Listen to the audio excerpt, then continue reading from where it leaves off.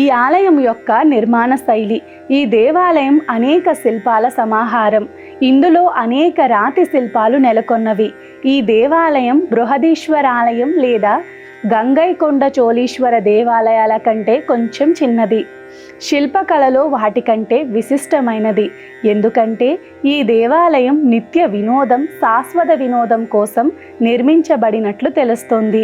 ఈ దేవాలయం యొక్క మహాద్వారం తూర్పు వైపున ఉంది. ఈ దేవాలయ విమానం 24 మీటర్లు 80 అడుగుల ఎత్తులో ఉంటుంది. ఈ దేవాలయంలోని గర్భగుడి అక్షమండపాలతో పరివృత్త మార్గంతో గాని కూడుకుని లేదు.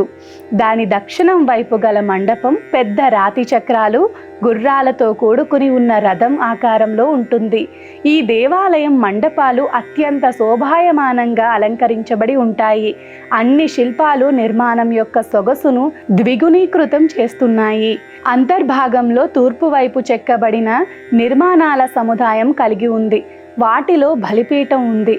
దాని పీఠములో చిన్న గణేశుని విగ్రహం కలిగి ఉంది. ఈ బలిపీఠం యొక్క పీఠములో దక్షిణ భాగంలో 3 అందముగా చెక్కబడిన మెట్లు ఉన్నాయి.